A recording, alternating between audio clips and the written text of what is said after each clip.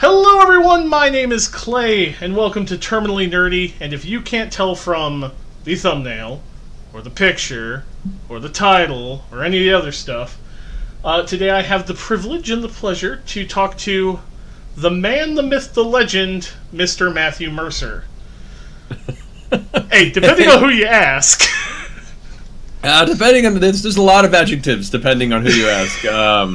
But yeah, definitely happy to be here, Clay. Appreciate for having me on a chat for a bit.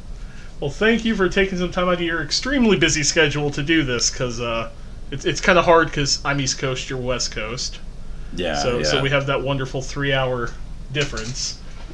Just a whole lot of mess. Now, for those of you watching / listening, I'm not really going to go into Critical Role as a show. I do listen to the podcast on occasion, but I have to be in the mood for story-driven podcasts to even listen to it. So, really, we're going to be getting to know Matt more as a person, kind of, his video game work, how he got into voice acting, some stuff, just general questions, basically stuff I want to know, because I'm a curious person. Yeah. We will be talking about Critical Role as a business, and we will discuss some stuff about the insane Kickstarter, which last I checked was somewhere over 8 million. Yeah. 8.5, and you still have like a month to go. It's so ridiculous. Oh, well, I mean, on the plus side, at least you're doing the smart thing with your stretch goals and just doing more episodes. Yeah. We'll get into that when we get there. Yeah, we'll get to... Alright, so we'll start with some easy stuff. So first and foremost, I'm big into cooking. I like to cook at home. I'm the cook at my home. So I was curious, between you and Marisha, do you guys split cooking duties? Which one of you cooks? We both cook. I'd say it's fairly split, but she'd probably cook a little more than me just because of time. When we first started dating, we used to cook a lot more. Partially because of, financially it made more sense when you're both living on starving actor income. And because she's a Kentucky girl, so she grew up, the classic Southern comfort food. She makes amazing chicken and dumplings. It's one of my favorite things that she makes, and it's also very hearty food, which once again is great when you're a starving actor because you can stretch it out. I might need to get that off you because my wife's big into chicken and dumplings, and I've never been able to figure out how to pull it off. Oh, okay. I keep screwing up the dumplings. Actually, I can get everything else done. The key to that is just making sure that while it's still boiling, or still hot enough, just putting the actual the dumpling in the boiling broth. Chicken broth and everything, and waiting for it to cook long enough. I've made the mistake of leaving it in not long enough, and it still comes out doughy and kind of nasty, or it can be overcooked. So it's kind of just waiting for that right consistency. But she's amazing at that. I would like to cook more, but just recent months and everything that's going on with Critical Role, kind of our, going on to our own studio, and it's gotten to the point now where we're like, okay, what's the healthiest food that we can not have to make right now? So hopefully sooner. All right, so based on, what is your favorite style of food that you like to make or eat? And obviously the chicken and dumplings sounds like it's probably one of your favorites. Yeah, my family's from the South, so I grew up on, classic, chicken dumplings, chicken and rice, grits, gravy, all the classic heavy fixins. But I'd say I've come to really enjoy whitefish and salmon and other sorts of clean seafood for my own health reasons to prepare. I think growing up with heavy Southern food and having a family history of various heart issues and things like that, I'm trying to be more health conscious as I get older. Yeah, I need to start doing that a lot better, but I don't have time either. Yeah, that's the issue. It's just health conscious is great if you can have the ability to apply yourself to it. Some of the stuff it ain't quick. I mean, I'm making beef and broccoli, and I do it in a crock pot, and I'm making it right now, but that's gonna take 6 hours to cook. Right, exactly. I have got a steamer recently, on Amazon, a really nice quality, really cheap, $30 steamer, and that's been really good for steaming vegetables and cooking chicken and actually cooking fish. It does a lot of things. It cooks fairly well in like a half an hour. So if you're looking for something that's a cheap and easy fix, I recommend looking for like a good solid 1 or 2 tier steamer. Might have to. Yeah. Other than that, I mean, I grew up. My dad made steaks. I liked making some good, tri-tip, and smoked meats are really good. Oh man, it's making me hungry. I was gonna say, have you even eaten breakfast yet? Apparently. So this is just a side. You're a Florida boy, apparently, or so I've heard. Originally, yeah. I grew up originally in the Palm Beach area, the poorer side of Palm Beach in Jupiter, Florida, that area. Yeah, because I'm in Orlando. I did not know that actually. Saverick was like, "Yeah, you should ask if he ever comes and visits Florida." I'm like, "Why would he ever visit Florida?" He's like, "Because he's from there." I was like, "Huh, okay." Yeah, you ain't missing much, by the way. It's when I talk about my parents and family moving away from Florida when I was younger, we referred to it as escaping Florida. Yeah, that's accurate. It's not getting any better in here. Yeah, there are pockets there. There are places in Florida that are really great. Orlando's one of the places that has most of its head screwed on comparison to a lot of other places in Florida. But I have family scattered throughout the region, and every time I've gone to visit in the past 10 years, it's always been a very harsh reality check. Like, wow, why does nobody smile here? Why is everything still turquoise and pink? Yeah, that's pretty accurate. All right, so we know you have very little free time. So how do you unwind now after like a hard day of Critical Role and all the voice acting and all the running around like a chicken with your head cut off? How do you relax? How do you take time for yourself? Do you read? Do you watch movies? Do you hang out with Marisha? What do you guys do? Combination of a few of those. I haven't read a good book in a long time, which I was talking about yesterday. I've actually some recommendations from friends. I ordered a few new books that I hope to get to later this summer. But most of our free time, it's me and Marisha just decompressing together and holing up in our house and being super antisocial, staying in our pajamas and watching everything from whatever the new recommended bingeable genre project on Netflix is, or catching up on RuPaul's Drag Race, or playing a game together. We still play Minecraft like co-op, split screen often. We have like 3 different worlds we've been building over the past 3-4 years. We just got into Satisfactory, I was mentioning to you before we started. Yeah. So honestly, whenever we have time, we basically hole up with our pajamas and blankets and we just play games together, which has been a very, very good solace for the two of us. Yeah, I know that feeling. That's what my wife and I do. Either we play games together, or we just kind of hang out in the same room, and she'll do her thing because her computer's like right over there, and the mine's here, so I can see her, she can see me. That's lately, perfect. She's been binge watching Golden Girls. She owns all of it. Yes. So I'm just getting it by osmosis. I'll just be sitting here. I'm playing Grim Dawn because I want to review it, and she'll be sitting there watching Golden Girls, and I'll be like, "Oh, there's Cousin Clayton again. Why? Why did they? Why?" And she'll like to pick on me. She's like, "Yeah, that's you, Clay," and I'm like, "No." That's the crossover of the century there. Yeah. Golden Girls. Good. I'm glad that she's bringing you into a more cultured existence by introducing you to the wide and majestic world of Golden Girls. Oh yeah, I am all for Estelle Getty's character, Sophia. Yeah. I love her. That's sass. If you break it down, man, the Golden Girls is like the perfect representation of a classic D&D party. Like their personalities, their skill sets, how they all kind of work together, and Anyway, I can go. That's a whole other subject.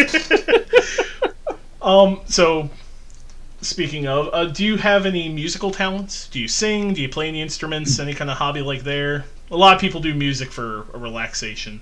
So right. I grew up with 2 musicians. Like my father was a musician and is still a musician, and so I would get instruments occasionally for Christmas. My dad's like, "Here, try this out and try this." Never really took to any of them, and so I passed them off to my brother, who then blew through them all and mastered them. So my dad and my brother are both much more musically talented and inclined than I am. I do sing. I grew up with musical theater as a big inspiration in high school and after. But that's relegated to basically karaoke nights. But I do love me some good karaoke. Going out with friends to like either a decent karaoke bar or like Korean private booth karaoke. Saverick wants to do or not wants to, but a girl that he enjoys spending time with. When we go to Gen Con, he wants to do karaoke, so he's threatening to drag me along. Yes, like, do it. You don't want that. I'm like, you don't want me singing. No, but that's the thing about when you're with good friends and you're doing karaoke right, no one's there to be amazing at it. Everyone's there to pick the songs that everyone jumps in and joins with, and it's just you and your friends bellowing it out, probably mildly intoxicated, and just having a good time. And like that to me is the core of why I love karaoke. And here in LA, there are some karaoke bars that are very much treated like an audition process, or like I'll be discovered one day. So you have a lot of these really pretty people in beautiful dresses, like just overdoing it, and their voices are incredible, and you're like, why am I here? So I much prefer the more relaxed and just, fucking around type mentality. Yeah, my wife drags me to karaoke every so often. That's a fun thing that she likes to do. She's like, you're gonna do karaoke at Gen Con? I'm like, yes. She's like, yeah. I'm jealous. I'm like, okay. There it is. There's the root. Yeah. So you mentioned musical theater. Mm-hmm. So was that was that a lead into the voice acting thing? Because I'm really curious how you just one day decide, I want to sit in a small room and make funny voices for people to hear. Like, I'm curious what made you want to go that route. Theater was my big inspiration. I grew up a very quiet, introverted artist kid. So like, I'm obsessed with comic books, obsessed with video games, obsessed with cartoons and anime, and those are all the things that where like all of my attention and passion went towards, especially JRPGs. I was, in the golden 16-bit era, and had a Blockbuster down the street. Every weekend after school on Friday, it would be to go and grab whatever's out now. Lufia 2, sure, we'll go with that. Breath of Fire 2, we'll grab that. Just grab whatever RPG I hadn't beaten yet, and then try and task myself to beat it by the end of the weekend, or at least some point thereafter. Which was probably not healthy. I didn't sleep much during those weekends. But yeah. But it was like, these games were my life. And so when I got older and voice acting kind of became more prominent in gaming, and I loved it from cartoons anyway. Like when I was a young kid, I remember doing a Report on Mel Blanc classic, voice actor from the old Looney Tunes. And I was always fascinated by it, but it was never something I thought I could do. And then when I got into theater in high school, kind of around the time I got into D&D, but both of them kind of fed each other, because becoming a dungeon master, I began to play with these silly voices I would always do with my dad, and making NPCs and characters, and then theater kind of pulled me out of my shell a bit as well. And so both of these things together, I began to find that I really enjoyed performing, which was really against type for how I've been this quiet artist kid my whole life. And so D&D helped get me into theater, and then theater helped me learn my voice, whereas D&D also helped me find my voice. And altogether, this combination of things, when I got to the professional scale of my life, was like, well, I'm definitely curious if there is anything I could dabble with here. And I got just enough of a small taste through some strange connections that I did some background voices, like background Walla. Guy number 6 going, "Hey you!" and having my head explode and Fist North Star, things that were really, really silly small things, but I made $50 for an hour one time once, in a year, and I was like, oh my god, there is a career here. And so I was working full time or more in the gaming industry on like the QA testing side, and then production, and pushing 60, 80-hour weeks sometimes in crunch. And oof. It was not something I could pursue this as a career. It was just like once every 6 months I'd get like one small gig, and it was enough to kind of keep my appetite whet. And it was about 2007, 2008. I was at a point in my career that I was unhappy with some of the people I was working with at my company at the time. kind of burned me out on the video game development side. And I said, you know what? One thing I hate more than anything is living with regret. So let me go ahead and try my hand at this voiceover thing full throttle for about a year. And if it doesn't work out at all, I can at least close that chapter and move on to whatever the next endeavor is without spending the rest of my life going, well, what if I had tried it, you know? And so I quit my job after saving a little bit of money, downsized my whole life, and just hit the pavement as hard as I could. And that was kind of how that happened. It was just a slow enough growth that I could see that I was like, okay, there is momentum. I can keep this momentum up. And many, many years of living a very arduous and financially stressful lifestyle, I did manage to get a decent agent, did manage to start getting more work and get more workshops, and it was just a slow roll until eventually I was making enough money where I could support myself doing this weird, crazy little career.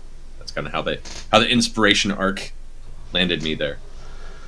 Oh, all right. So based on that, you've been doing it from the sound of it, what, about 13, 14 years pretty much full-time, it sounds like?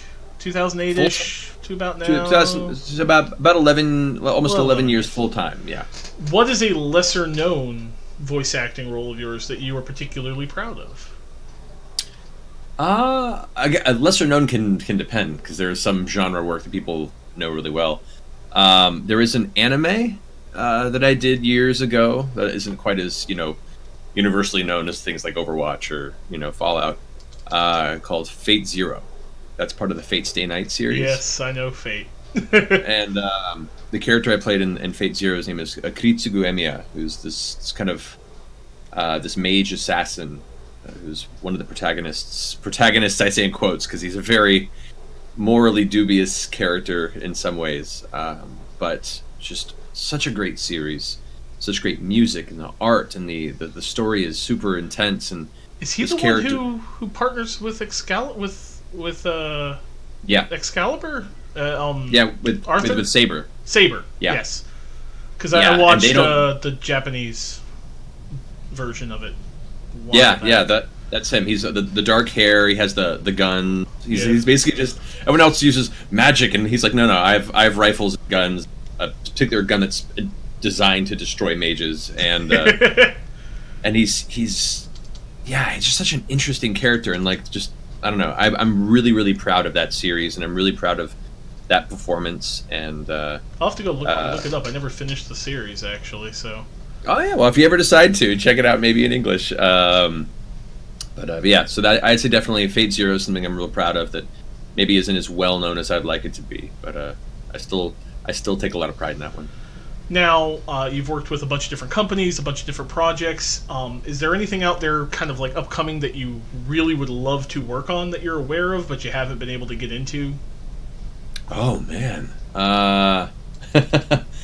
I dig jumping into Apex Legends, partially because I voiced Jack Cooper, the protagonist in Titanfall 2, and so this isn't the same universe, so I wouldn't mind Jack Cooper maybe coming back or playing into that somewhat. Plus, a lot of the guys who work at Respawn are people I used to work with. Like, my last job in the industry before I left was with Infinity Ward. The guys who working on the first Modern Warfare actually was the last game that I worked on from a dev side, and a lot of those guys went off and split off to make Respawn, and so I just like working with old friends as well. So Apex Legends would be awesome. Really, any major BioWare RPG in a classic Dragon Age setting would be amazing. I would love to work on a Dragon Age game. Maybe not so much Anthem. From what I've read, it's not doing well. I'm like, oh. No, I've tried watching some gameplay of that, and I'm just looking at it going like, you guys did Destiny, but you did it worse. That's what it seems like. I'm not sure how you managed that. I know, it's so but sad. then Division 2 is here, and Division 2 is like, yo. It's so sad. I know, I grew up, BioWare was like the golden standard, and Mass Effect 2 is still one of my all-time faves. Oh, yeah. Oh, a Mass Effect series would be great, too. Yeah, like any good story-driven RPG with characters that are given a lot of personality to play with, that's my jam. You know, that's games like Baldur's Gate are what inspired me when I was getting into this industry to be like, I would love to work on a game like that. You know, and being able to be like working on Fallout 4 as McCready, to be one of the companions you could get and play through that arc was so huge. That was funny when I found out you were the voice of McCready. I was like, wait, what? He's in. Stop being in my games. There's no escape. No, that was like freaking Persona Q. I'm like, wait a minute. Yes, try as you might, Clay. There's no way out. So what is a project you wish you could have worked on that passed you by? Whether you missed an audition or it just was like it just appeared and you were like, I would have loved that and I completely missed it. Ah, good call. I would say from a time warping standpoint, meaning I hadn't quite started my career yet, so I had an opportunity to even read for it. I would have loved the opportunity to read for Final Fantasy VII Advent Children and to, you know, voice any of the Final Fantasy VII characters, particularly like Sephiroth. I think you could pull off Sephiroth, yeah. I think I can pull off George Newbern, who does a great job and has for a long time. But you know, Final Fantasy VII was such an important game to me growing up. Well, there's always the remake. I know, but I'm pretty sure they're probably going to be using the same cast they did previously, because they've kept them consistent to the Kingdom Hearts games and things beyond. If they aren't, and they don't, then give me a call. But I would love to have been able to bring one of those characters to life. And as far as one that actually passed me up in a similar vein, when the Dissidia series was casting, I would have loved to have taken a crack at either Kefka or Laguna from Final Fantasy VIII. Either of those characters would have been fun. And I got auditions for both, but ended up not booking them, and I was like, God, dang it. So what role do you tend to prefer when you are doing your voice acting? Do you prefer the video games? Do you prefer anime? Do you even do commercials anymore, like cartoons, that sort of thing? It depends. Commercials I just don't book for some reason. I'm really bad at commercials. In all the years I've been doing this and read for many commercials, I think I've booked 3. And I have friends of mine who book commercials all the time but can't break into animation and video games. So I don't know. It's a weird scenario, but I really enjoyed the creation process of video games because there's so much more of a breadth of narrative you get to explore, especially in games that have a lot of story avenue paths and you know, branching possibilities. So you get to really flesh out so much of what could be in the game. And as a gamer, I didn't want to play it, and I wanted, you know, to be a part of some of these. You want to sit there and be like, why does Erdir say that? Yeah. What made me have to say that? Exactly. Having context is sometimes fun and frustrating when you go back and play the game. You know, things don't line up sometimes. You're like, why didn't they tell me the context of this moment was so emotional? I would have given a read that was more emotionally driven. Or sometimes you're like, oh, okay, that worked out fine. That fit well into it. Yeah, so that, like is it made in kind of like a vacuum? Do you have any control over the script or anything, or do they just go, here's, you know, kind of like a scene, this is roughly what's happening, and just say these things? Like, how does that even work? It can go one way or the other. It depends from project to project and production team to production team. There are some games where they're very hands-on with you, and it's more of a collaborative process. They'll give you as much context as they have. They'll, you know, outline every scene and the emotional weight of the moment you're in and the distance you are from the character you're talking to, and especially if you're doing performance capture, which is a whole other fun facet of it. It's much more, you know, on-camera scene work or theater work in that regard. So for those, context is very important, and a lot of those teams tend to be very specific with making sure you have all the tools you need to make it work. But then there are some games where the client has really no idea the context, and you didn't get the script in advance, which is like most games, you don't get the script in advance. It's a lot of cold reading, and they just go, all right, so you're 20-something, you have a big sword, your parents were killed by demons, go. You know, and you're just like, oh, okay, and you're doing the best you can in a vacuum. And that's just part of the career a lot of the time. So you have to make strong choices and informed decisions for the character with little direction and just hope that it works out. It's a little frustrating. That would drive me bonkers. I'd be like, but why? I just want to ask why. And you ask for context, and it happens a lot with a lot of Japanese, because there's just so many stages of approvals that either have to go through or they couldn't get to come through, or just wasn't cost effective for the Japanese developers to interface as strongly, and so we're kind of left in a lark. And I think in some games when you say it didn't quite work in English, sometimes it's just because there wasn't enough context given through, not enough care given on that side to give us all the information we needed. Or when you hear a Japanese game and go, that worked out really well, sometimes, yay, that was a complete fluke and we managed to pull it off. Did it. Exactly. So, so a lot of the job can go one way or the other. And in some cases, as a gamer who then plays these games afterward, I listen back with a critical ear and listen, and I'll be like, okay, cool, that worked out really well, or listen back and be like, God, if they had only told me that, I'm going to hate listening to myself in this game now. This doesn't make sense. It's a little frustrating. I can imagine you go into some of your voice actor friends and be like, what, why? Like, what, did they not give you context? Is that what's happening here? Is that... Yeah. And they're probably like, I don't want to talk about it. Yeah, that's how it goes sometimes. But there's only so much you can do when you're given so much power in that situation. We're still just a hired actor. You can't demand things, and you don't want to, because then they don't hire you back. Yeah. So you talked about the 16-bit era of gaming, the SNES, the Genesis, all those classic consoles. What was your first game system? Like, what was the very first one that you can remember owning? The very first one I remember owning is the Atari 2600. Wood grain or the classic with the wood grain? Yeah. Yeah. That was a purchase for both me and my parents. My parents are both arcade gamers. When my mom was pregnant with me, they were playing Asteroids and Centipede. So they got the home system for that, and I was super, super young. I remember I have a very, very deliberate memory. I think it was Empire Strikes Back game. Where you're just flying and there's all the big, at walkers going for. Yep. And you can just fly up above them and just stay above, and it just gets faster and faster and faster and faster. And we're just going, whoa, that's crazy. Atari was my first game system, but Nintendo was the first one. The NES was the first one that really I engaged with and was like, okay, this is my life now. Did you ever play the Sega Master System? I didn't. I had one friend who had it, but I didn't. But it was during the PlayStation era. They were like, "Oh yeah, I have a Master System," and I was like, "I have not seen one in the wild."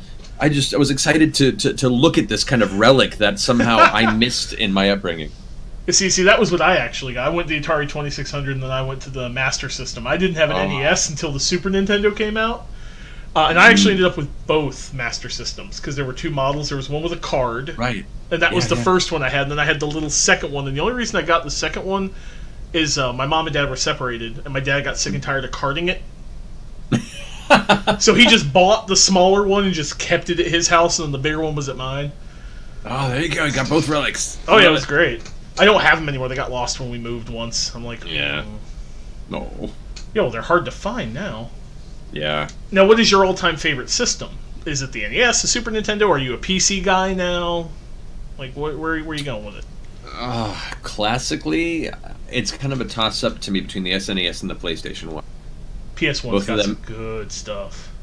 Yeah, but both of those came at very formidable times in my upbringing. The SNES, of course, that 16-bit era, a JRPG era, really kind of informed a lot of my ideas of what it means to be a hero and a good person, along with a lot of books I was reading at the time too. Like, that was my young teen years, very much forged by that, and even preteen years.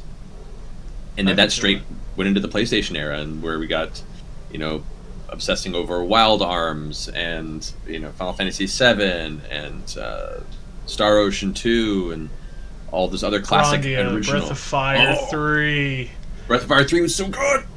That is the first JRPG I ever beat without a guide. Nice. The desert was horrible. I will always remember the desert sequence, like, follow this star, turn. Oh, dude, God. So I have to ask this, since you bridged them. Chrono Cross or Chrono Trigger? See, I have a theory that whichever one you played first is the one you're going to prefer. It's probably, I'd say Chrono Trigger for me. It is the one I played first, but only because I feel that Chrono Trigger, because it had a more focused lead cast. Yeah, it really did.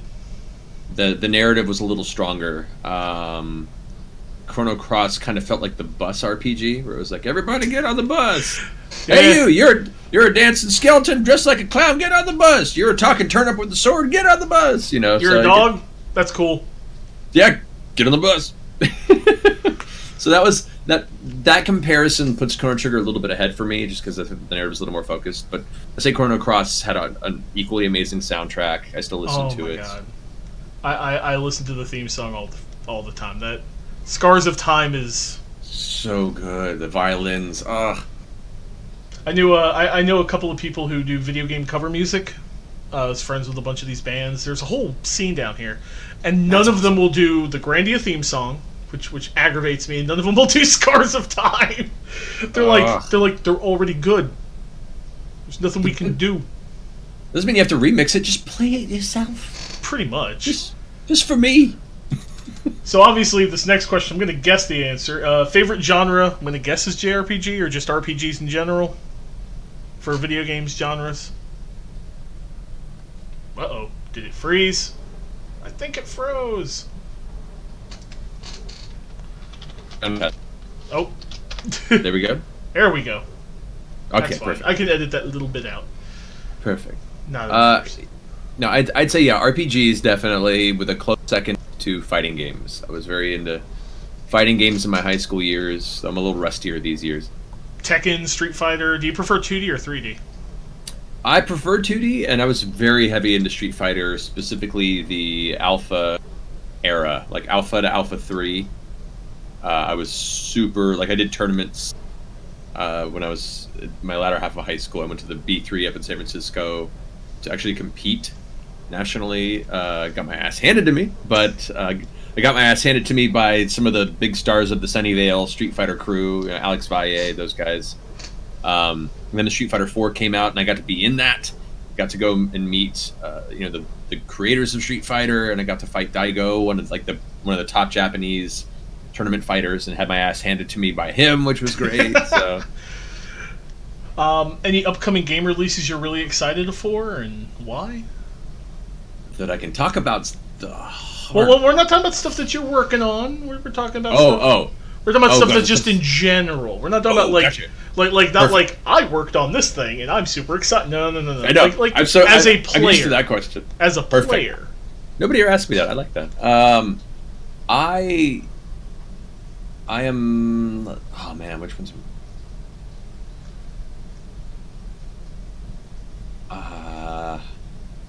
I'm so kind of behind what's coming up these days. My life has been so consumed with other things. That's a fair thing. That's a fair point. Yeah, and a lot of things I'm looking forward to. What just came out, like Devil May Cry just came out, and I haven't had a chance to play it yet. But that's something I definitely want to try out. Whatever the next iteration of Monster Hunter is, I'm probably going to get deeply obsessed with that for a short time. That's. I hope they keep putting them on PC, because World is ridiculous. Yeah, I'm sure they will. It did too well for them not to. Capcom would be dumb not to.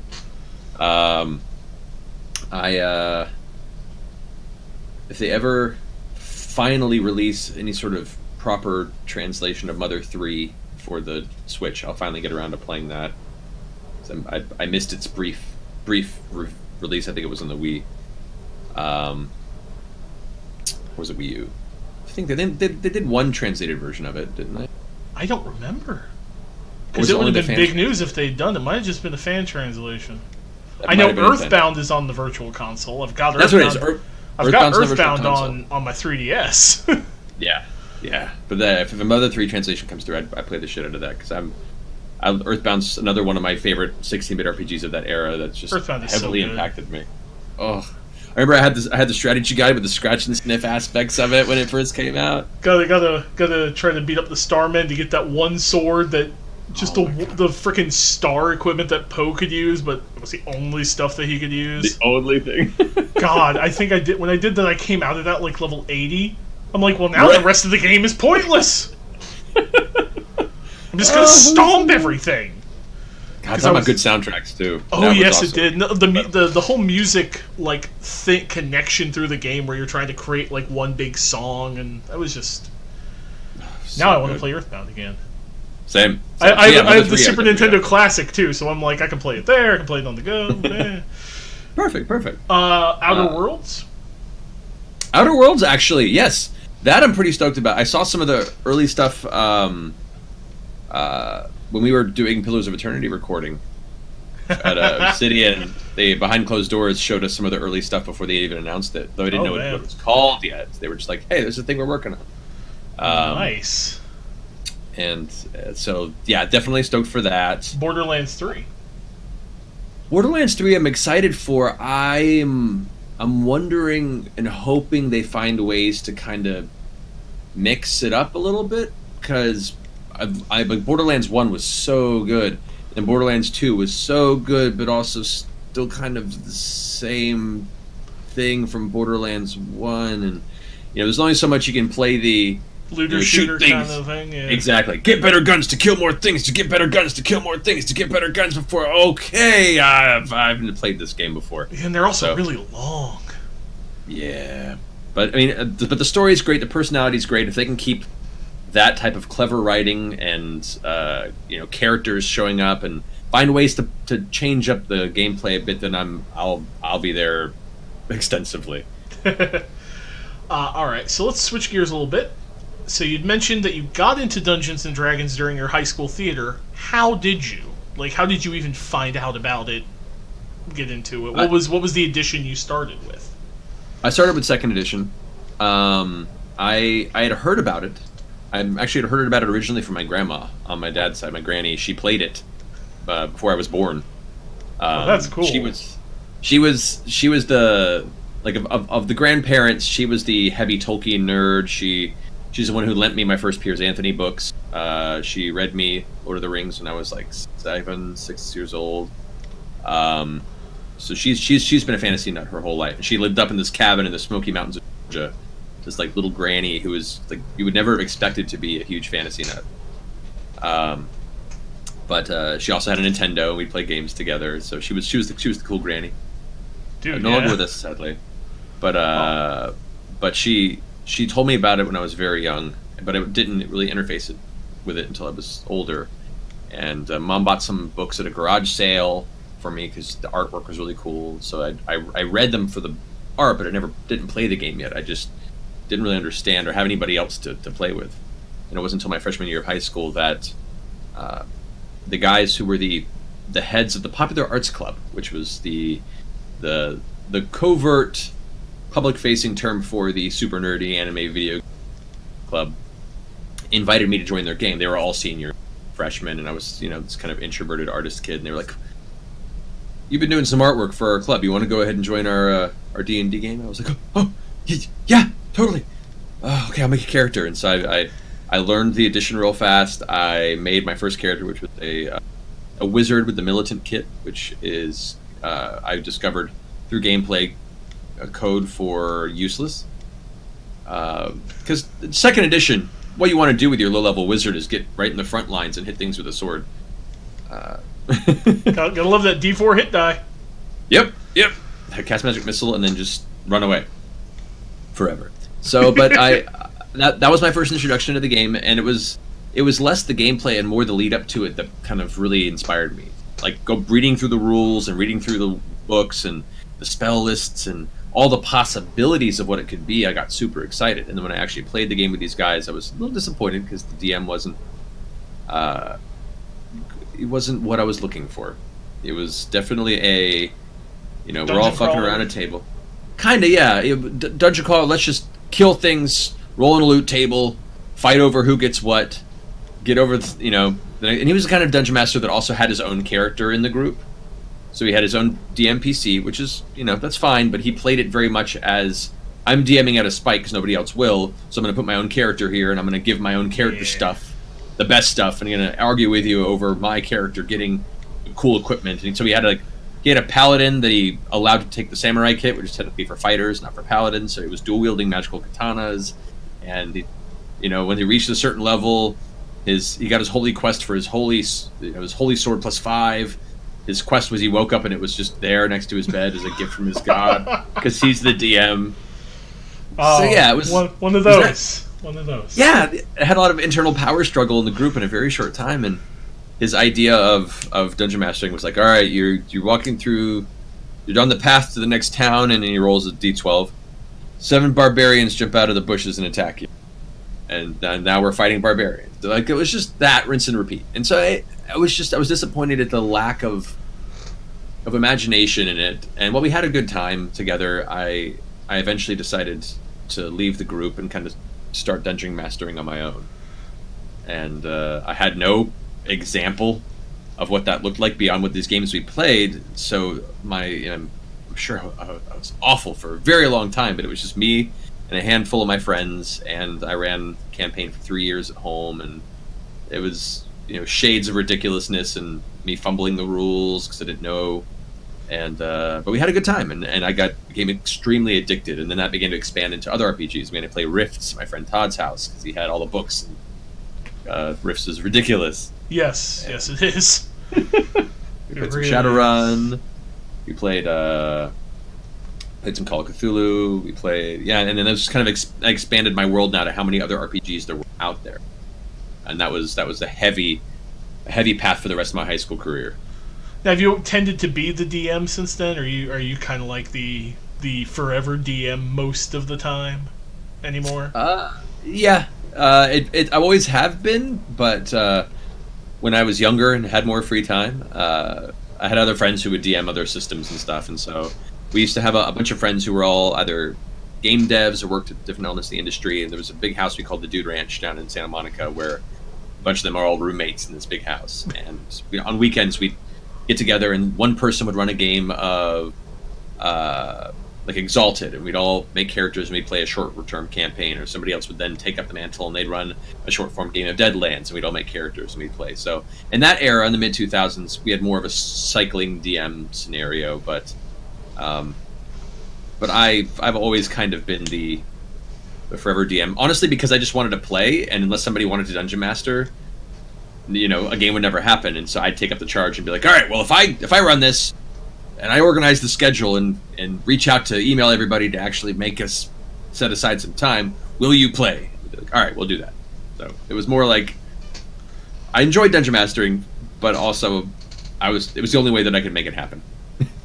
And that's frequently what ends up with a lot of DMs. It's like, if nobody else will do it, I'll be the one to do it. Yep. Fine.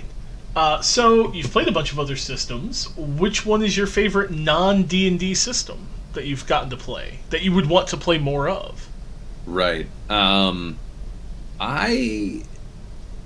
really enjoy Deadlands as a setting. Elements of it haven't aged as well. It does have some problematic aspects. But I don't know, I've always liked the idea of a paranormal, spooky Old West. It's just a really, really cool thematic setting.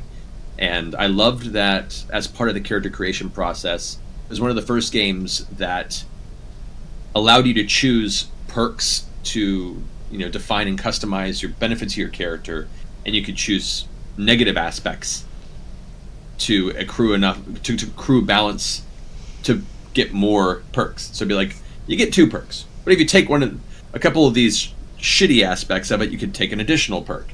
But that also made your character more interesting because a lot of them affected how you role-played them and how they interacted with.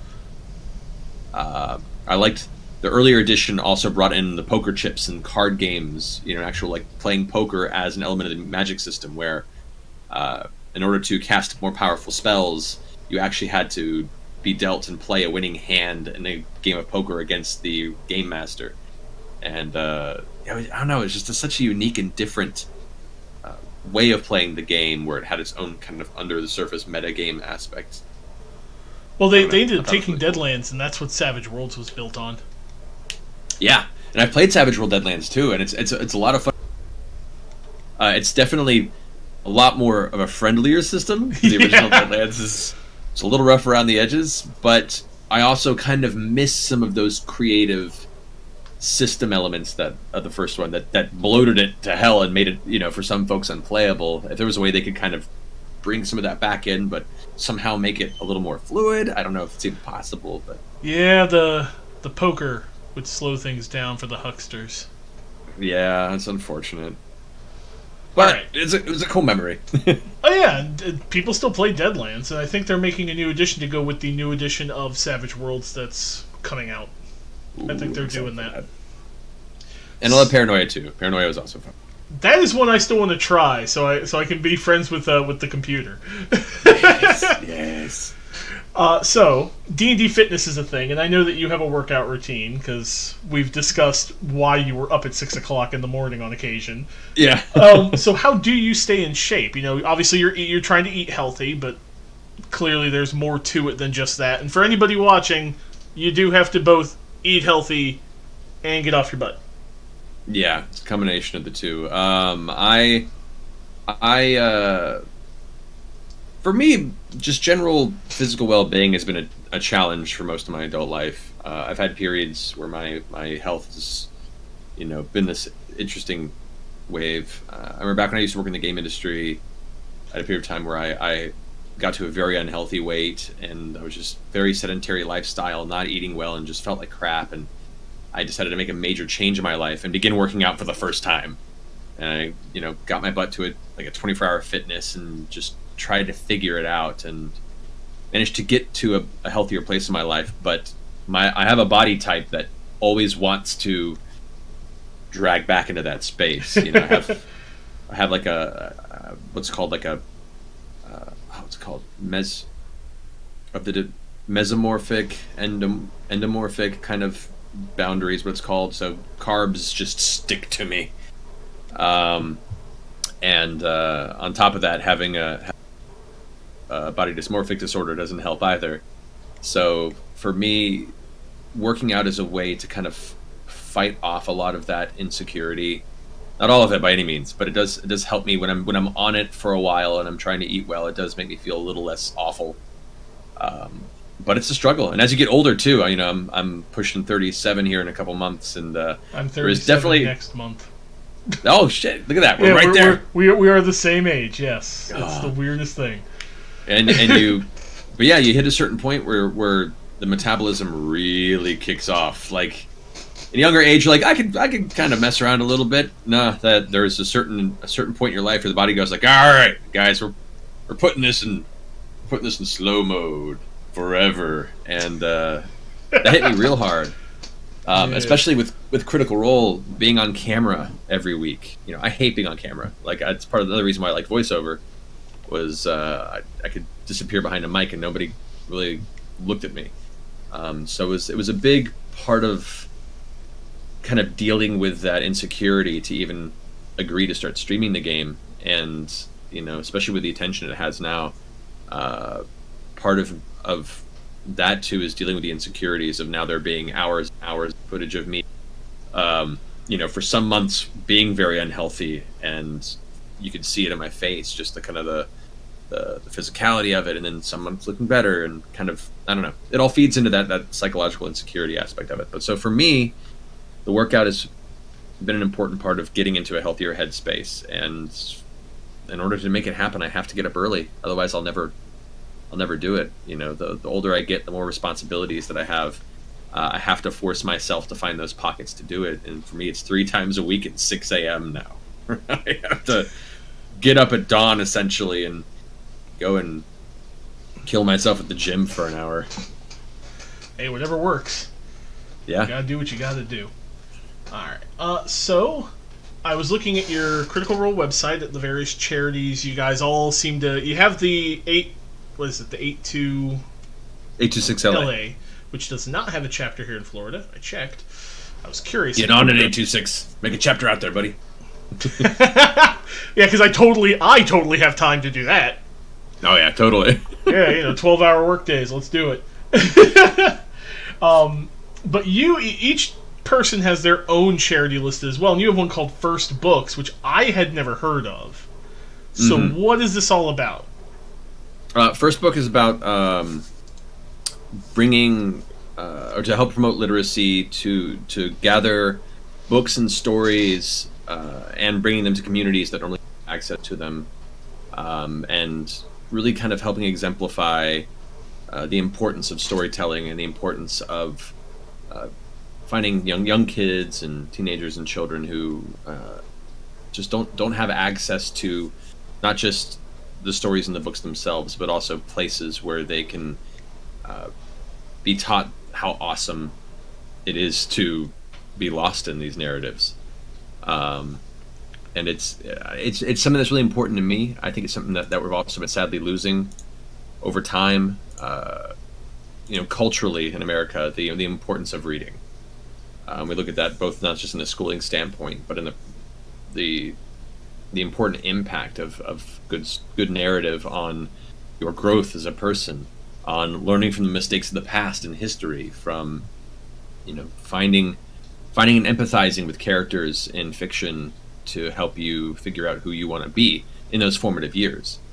So it's always been a very important thing for me, to bring this education of being able to not only read well, but to find a place to engage yourself in stories to help define who you are as a person.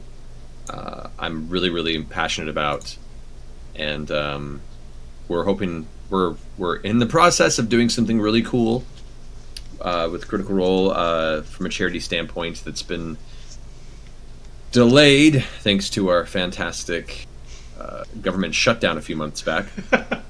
It was so fantastic. It was beautiful.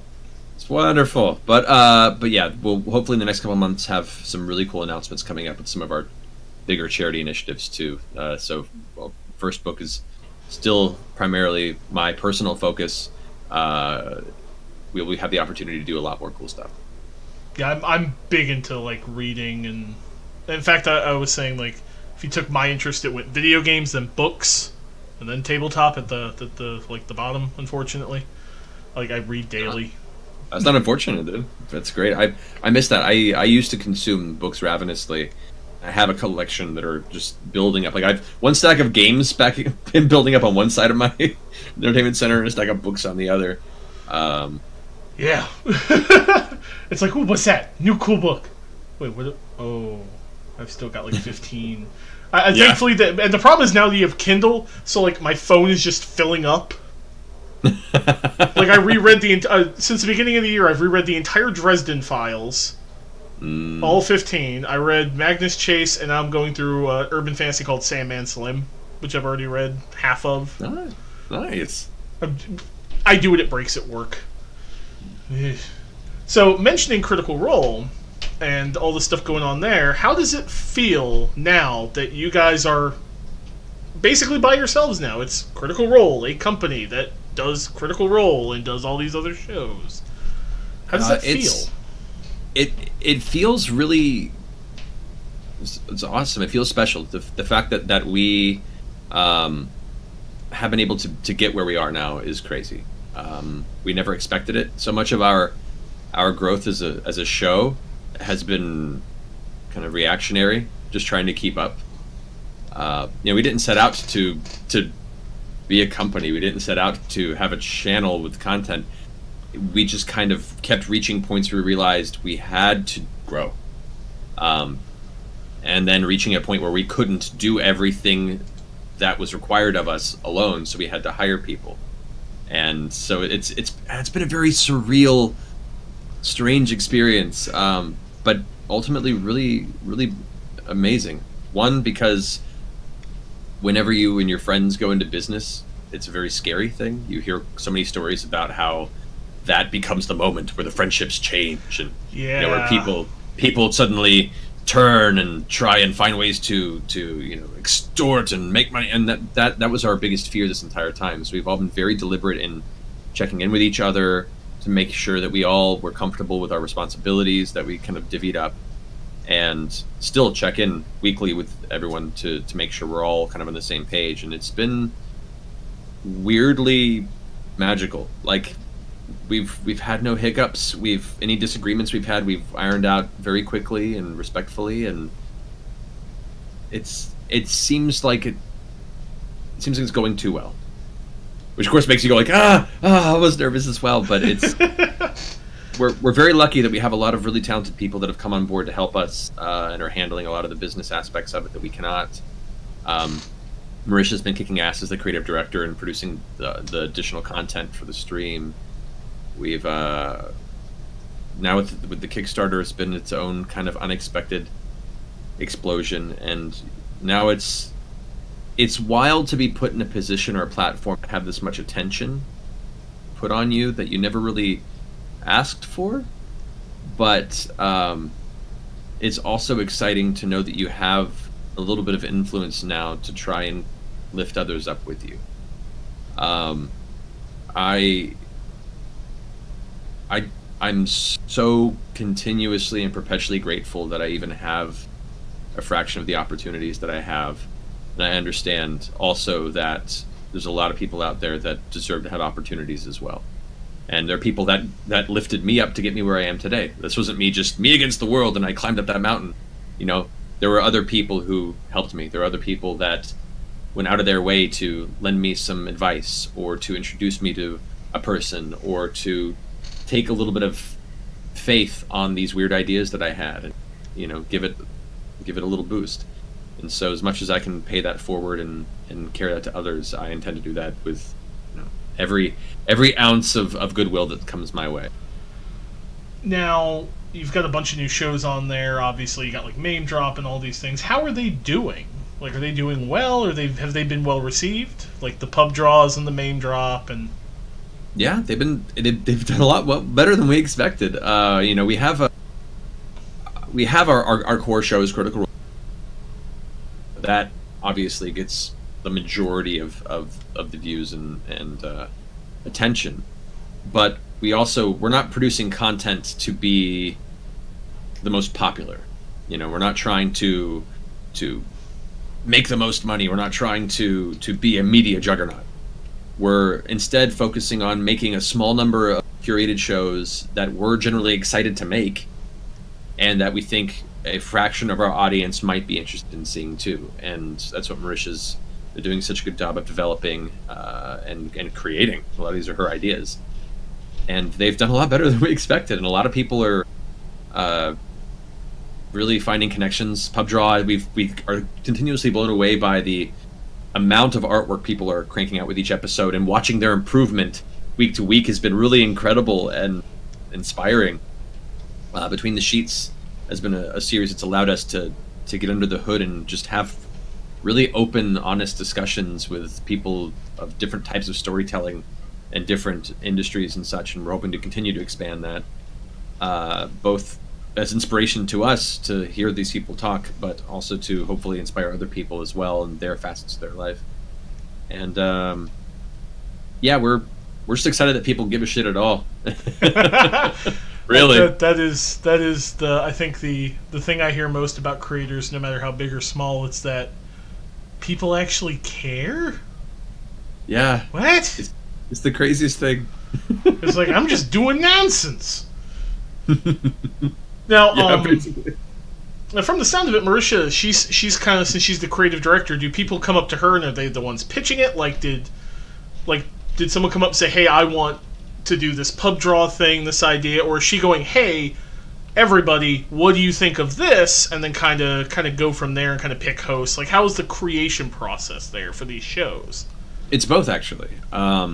People pitch her ideas, and then she vets them, considers the development of them. That includes both how time intensive they would be, how cost effective they are with our, really stretched new media budgets, yeah. And also making sure they fit within our overall kind of theme of Critical Role, which is to build a community that is supportive, that is creative, that has one foot in geeky role-playing games, or at least peripheral to the communities that are invested in those aspects, but not try and build it as a role-playing game channel. We wanted to diversify a bit on very other elements of eccentric interests and such. Get a little something for everybody is kind of where you're going. Exactly. Right? Exactly. We got our role playing games, and we've got our and then we bring in elements of that to. And so she takes pitches and she vets them. She figures out how viable it is and if it fits well with what we already have going and have planned. And then we'll continue production based on that. And she is constantly developing her own ideas and then fleshing them out and then bringing them to the rest of the production team and getting their feedback on whether or not it fits as well. It's a very good checks and balances system, and it's very collaborative. And having done a lot of new media work over the past 10 years or so, and doing web series and doing projects with Machinima and Defy, all the companies that all just recently crumbled, which has been kind of crazy. It's a nice breath of fresh air to be working with people that are not just genuinely wanting to just make good work, but there's no ego. Everyone is very excited at collaborating and kind of it takes in each bit of feedback as important. I think that's kind of one of the core tenets that's making, as stressful as things can be at times, still make it very worth it and very very positive. Putting in some long hours, I assume? Yeah, well, especially the past 8 months. Start having to get the studio and then build up the infrastructure for the new studio, and then having to get the equipment and landing arrangements, and then having to vet a crew that can handle our weird little niche of internet content that we make, and then hiring people to handle the business aspects of it that we both are not trained to handle, but also understand what we're doing and are good people, and also diverse people come from different perspectives that can offer perspectives that we don't have, and being able to kind of just put together what we think would be how we would want to work forever, kind of a scenario, has been a very time-intensive process and a new process for most of us. So the past 6 to 8 months have been really kind of crazy, but we've now built that foundation up. We're now at a place where we're not constructing the building. Now we're just kind of living in it, and we say now things will calm down a bit, but then we launched a Kickstarter, and so I don't know. Well, I don't know if it'll ever slow down, but at the very least, having fun while. Now, of all the new shows, which one's your personal favorite? Like, which one do you enjoy? Other than Critical Role, we're gonna say we know Critical Role is its thing, so we're just gonna it's still our sit baby. That over there. Yeah. So, like, you got the pub draws, the MAME drop, the Between the Sheets. Which one of these is the one that you've been enjoying the most personally? I would. A close second goes to Travis Willingham's Yeehaw Game Rant. So ridiculous, and it's basically just us trolling Travis continuously. It's one of my favorite things. See, that's how you know friendship. It's like we're just gonna make a show all about us screwing with you. Oh yeah, I mean most of our friendships are based in a heavy amount of taking the piss out of each other. The next iteration of that exponential growth. But I say Between the Sheets is probably still my favorite of the new, because I love learning more about people. I think people are fascinating. Part of the reason I love acting is the study of humanity. And Between the Sheets has been because Brian is such and I never would have expected. Brian didn't expect to be a good interviewer. He didn't really interview anybody until he started doing Talks Machina. But he has such a unique skill to get past the bullshit facades that people usually put up when they're being interviewed or discussing themselves, and get them to feel comfortable enough to open up and be vulnerable. And to me, that's so important in a cultural space where vulnerability has been largely considered to be a weakness. Yeah. So for me, Between the Sheets is a beautiful example of people allowing themselves to be vulnerable, and in doing so, to talk about things that don't get talked about very often, and find a point of connection with the audience and the community, hopefully, because they realize that we're all broken people.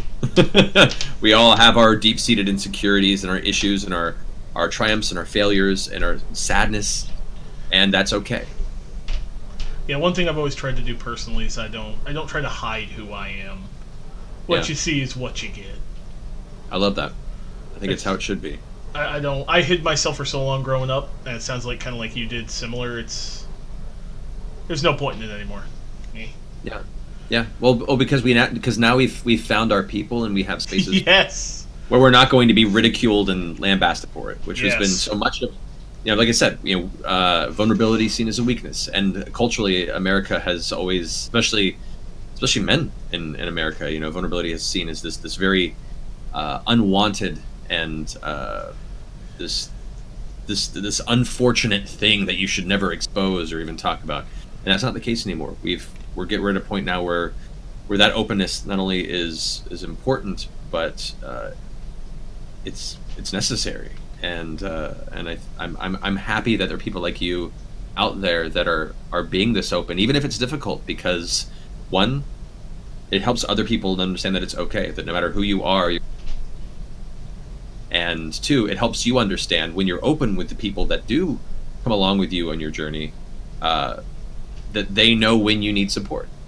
Because nothing's worse than going through something hard and not showing it, and thus you're all alone when you're struggling with difficulty. Yeah, I'm a lot more confident now than I was 2 years ago when I started the whole terminally nerdy. I don't even know what to call it. I don't comprehend it. I do so much weirdness. I hear you. So any new shows that Mercer's working on that you want to not necessarily just tell us, but just like a little hint stuff.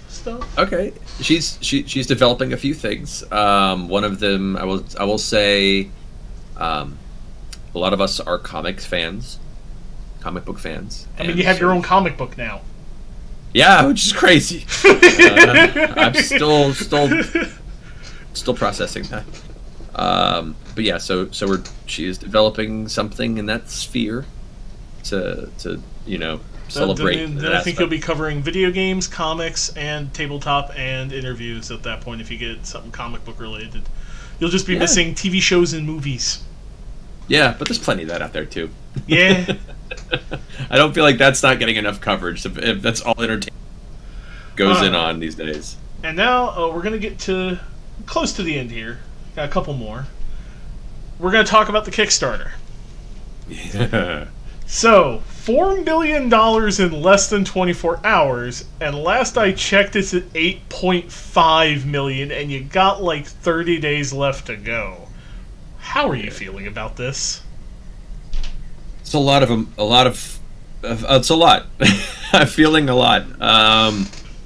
We never ever expected this. As if the first stretch goals didn't let you know.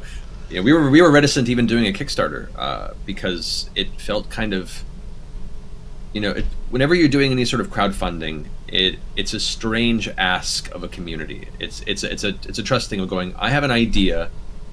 Do I feel comfortable going to the public that follows us and saying, hey guys, we'd love to do this. Do you trust us? And are you excited about this in the same way enough to want to help make it possible with your own dollars? So anybody who puts up any sort of crowdfunding thing, I have respect for you, because it's a big emotional push for yourself. You put it out there and then nothing happens, and that hurts and that sucks.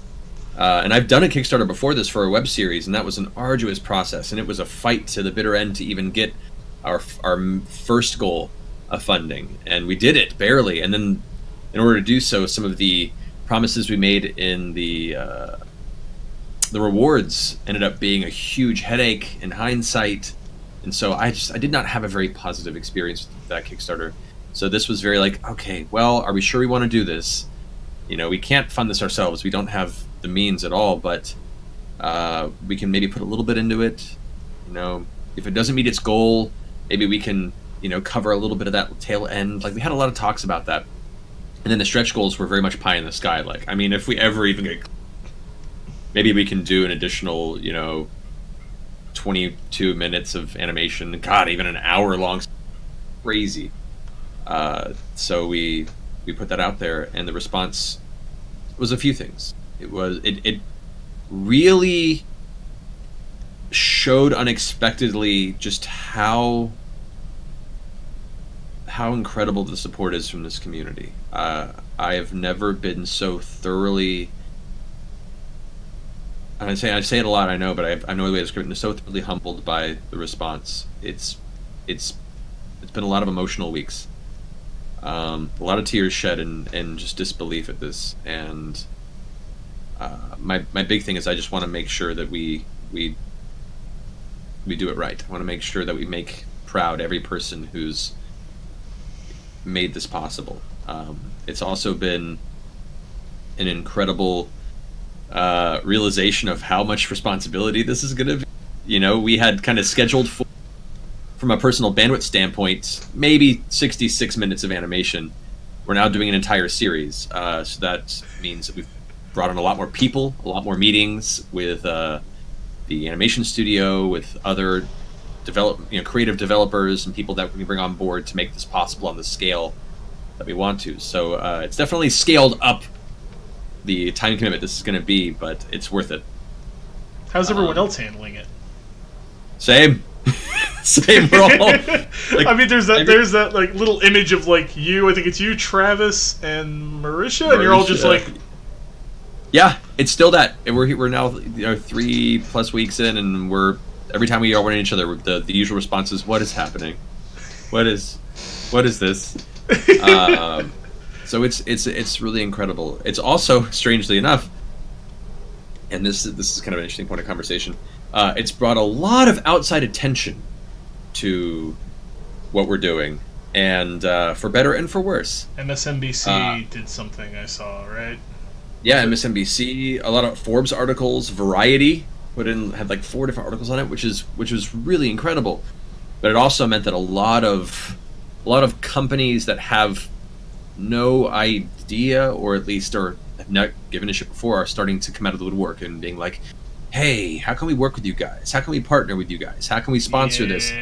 And that, to me, is the moment that most things like this, they grow too much, or they lose sight of the core of what they're trying to do.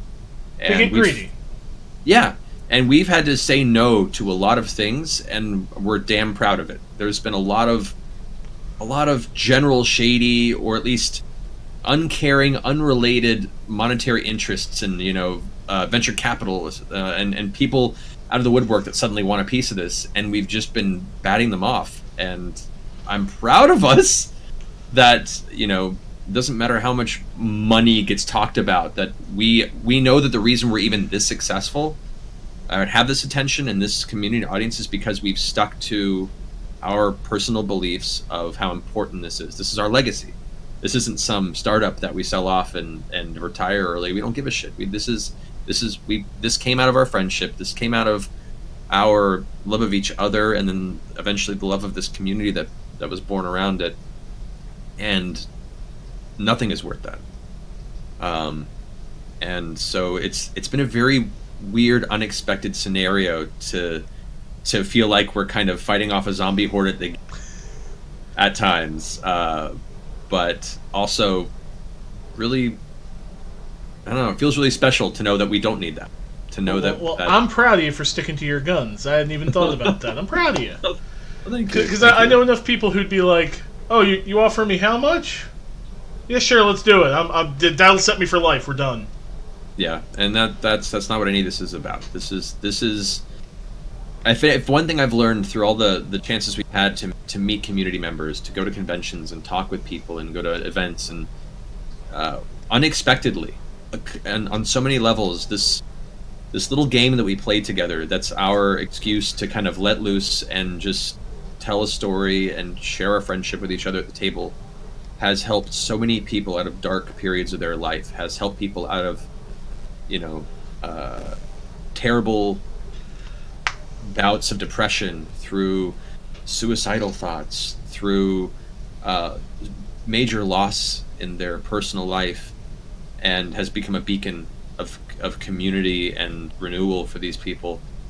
We never expected to have that impact with what we do, and the importance of keeping that sacred is so much more important than any dollar amount, than any business opportunity, than any marketing strategy. Like, all of that is ash compared to it. And I think the fact that we're so dedicated to that, I truly believe it means we're doing the right thing. Well, going into that in the community, there was briefly some controversy regarding how crazy successful your Kickstarter has been. Oh yeah, there's been people, a lot of smaller creators, a lot of small tabletop RPG makers. They've started to feel like they've been ignored by the community at large. For a lot of their games, there was a fun, diverse games hashtag, which is still going, by the way. Mm-hmm. And I know that you tried to bring some attention to it. Do you guys have any ideas on future projects that you're going to try to kind of help lift some of these smaller game devs and smaller creators up? Like, I mean, technically speaking, this interview is helping me. Because I am comparatively extremely small. Like I have a Twitter audience, but that audience doesn't extend to anything else. Well, hopefully that's part of the growth too. Is creators helping each other out and being excited about what each other's doing. Yes, I'm very much. We are very much planning ways that we can continue to do that. And it's one of the things that Mercer, even before the Kickstarter, we were contemplating bits of programming and things that we can do to be able to pull people out of obscurity or don't get the attention on platforms that they should, and bring it to our audience. And I think we're also realizing kind of in recent months the platform we do have. For the longest time there hasn't really been a watershed moment for us to really realize, oh shit, we have a lot of eyes on us. We have the power to make a difference. We tried to do that through charity, and we've been so focused on trying to just build this foundation, like I said, in sprinting to create this thing, that now we're at a place where we're kind of taking a breath. We're now like, oh, we can continue to do a lot more good in spaces that we haven't really touched yet, and we're definitely dedicated to doing that. And we have some programming that we're developing that once kind of this Kickstarter push is all done, we'll be able to push that out there as well. And I understand entirely why people are, like I said, we didn't expect this either. And there could be arguments to both sides. This is a video project versus an RPG project, but at the same time, it's a space now where a lot of ideas are being thrown into the wind, and you never know what's going to take off, what doesn't, and what just doesn't get enough attention. So I want to definitely do my best to, as much as I can, because I am still just one person. We are just a handful of people at a company that are trying to do a lot of things. You're a little tiny company that hasn't gotten its sea legs yet, I would say. Yeah, we're finding you're not even slowly. a year old yet, so.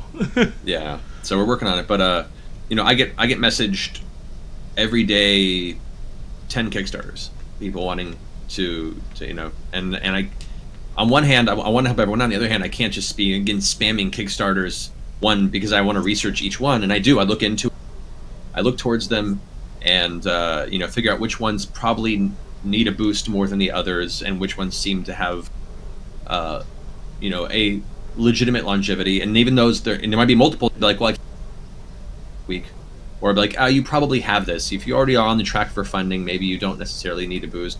There's a lot of facets, and of course I'm not going to get it right all the time, but there's a weird level of responsibility now with all this going on, where now it's people are like, you should now from your mountain elevate every project that goes on Kickstarter. I can't feasibly do that, but I want to do the best I can going forward. And to anybody who's listening who is part of that the developers that were really frustrated by the scenario, I totally understand, and you're not wrong to feel that way.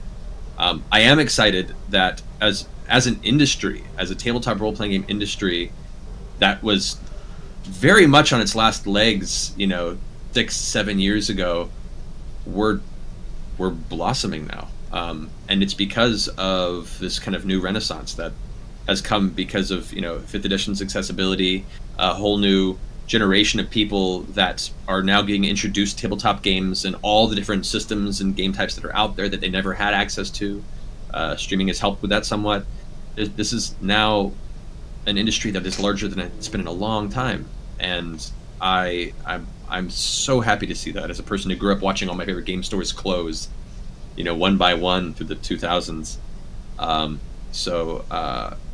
We're getting there, and I know you're frustrated, but if there was a time ever, this is it. So keep pushing, keep working hard on your projects. If it's not hitting yet, find out why it's not hitting, and then adjust. And I'm gonna keep doing my best, from what I can from my side too. But know that your frustration is not wrong. Emotions are not wrong, and I hear you. All right.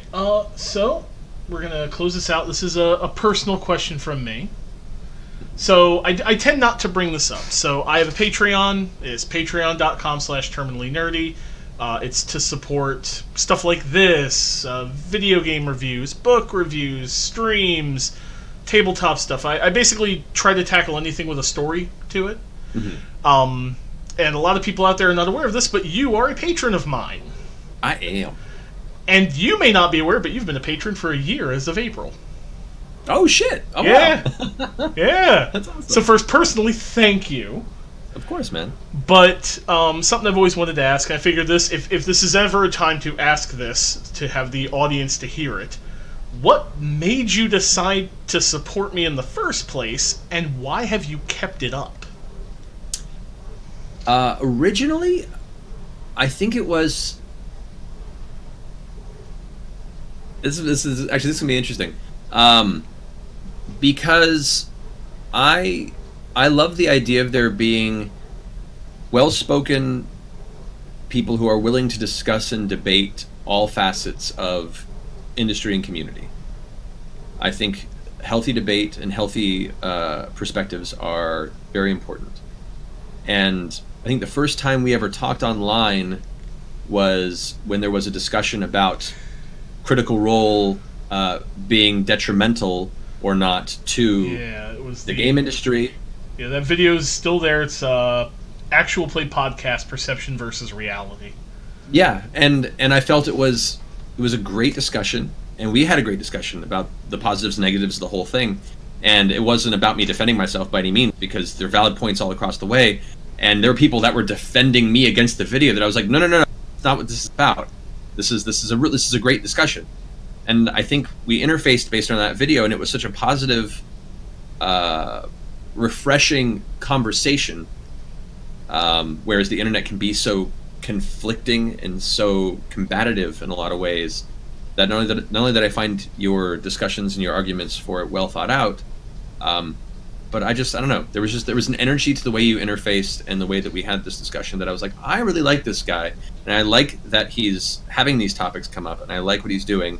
I'm gonna go ahead and just pay attention to him. I want to see him in my feed and see what he has to say about other things too. I like what he's throwing in the mix. And so when the Patreon opportunity came up to go ahead and continue to support the things you write about and the perspective you bring, I was like, yes, I want to go ahead and do my part to help support the voice that you bring to this community. So that was why I joined your Patreon, and I'm still a part of it. Yeah, I have no idea if you actually read half the stuff I write. I've been accused recently of producing almost too much. No, I did I have a Patreon Q&A I'm going to start doing, and one of the questions was like, what property would I like to see converted into another property? Right, I remember you posting that, yeah. And the person who wrote that actually said, you may have already answered this, but you write so much I can't keep up. And I'm sitting here going, what do you all want from me? I had some people leave because they're like, oh, you don't do enough. I'm like, okay, I'll just keep. And actually, to that point, because as you get more people following you, more people supporting you, a thing to keep in mind, and it's been a very big lesson that I'm still learning, you cannot please everybody. Yeah. You cannot. And it sucks, and it hurts whenever anybody feels like they've been slighted, or they didn't get what they asked for, or that you're not offering what they hoped you would offer. And there's a knee-jerk reaction to feel like you have to change course to alter what you're doing. But you have to keep in mind and remind yourself, the reason that people are following you in the first place is because you've been doing what you want to do. And yeah, I've had to. They'll stick around for that. Yeah, I've had to. That was what I came up with in January. I'm like, I'm going to do what I originally wanted to do, which was a mix of a bunch of stuff. So yeah, but so stick to your guns, man. Stick to your guns. Don't give in to that knee jerk feel, because I fight it all the time. Well, hopefully you'll keep sticking around for the ride, because I'm still Heck yeah, man. Still going. Hopefully we get to meet at Gen Con. I'd love that. Yeah, we'll definitely be there. So we'll coordinate the handshake. We'll get it on camera. We'll be like, perfect. Love it. Do some goofy faces. All right. Well, thank you very much for joining me this morning, sir. Yeah, it's been a pleasure. Hopefully, people have learned some stuff. Hopefully, you got to answer some questions that are generally not asked, because I think last couple of years people have basically just been like critical role, critical role, critical role, and they kind of forget everything else. Yeah, no, and I will say that you end up answering the same question thousands of times, and people who have been following interviews, I'm sure, roll their eyes whenever the same question. I have the same kind of canned answers that aren't intentionally canned, but there's only so many ways you can answer the same question before you're like, well, this is what I have. But this has been a very pleasant divergence from the usuals. Thank you for that. Yeah, I've been trying to do that because I interviewed the developer of a indie game called She Dreams Elsewhere, and I did it text based. And when he saw the questions and he answered them, he was like, "You had a bunch of stuff in here I've never been asked." I love that. I was like, "Yeah." Like, all right, well, I mean, this is the stuff I want to know. So you're doing good. Maybe I'll do some more of these if I can get my hands on. Maybe I'll see if I can get Marisha on here and bug her for some stuff. There we go. As always, folks, thanks very much for watching and listening. My patrons are going to get an audio version of this. You can follow me at Twitter, twitter.com/terminallynerdy. I'm on Twitch, twitch.tv/terminallynerdy, youtube.com/terminallynerdy, and of course, patreon.com/terminallynerdy. For $1 a month, you basically get everything I do early. Everybody's going to get it eventually, so. And Matt, obviously, where can they find you? You can find me on Twitter at Matthew Mercer. You can find us playing crazy games on Thursdays at twitch.tv/Critical Role at 7 p.m. Pacific on Thursdays, or check out the Critical Role Twitch channel whenever to see what's going on. All right, everyone. Well, thanks for watching, and remember, stay nerdy, folks.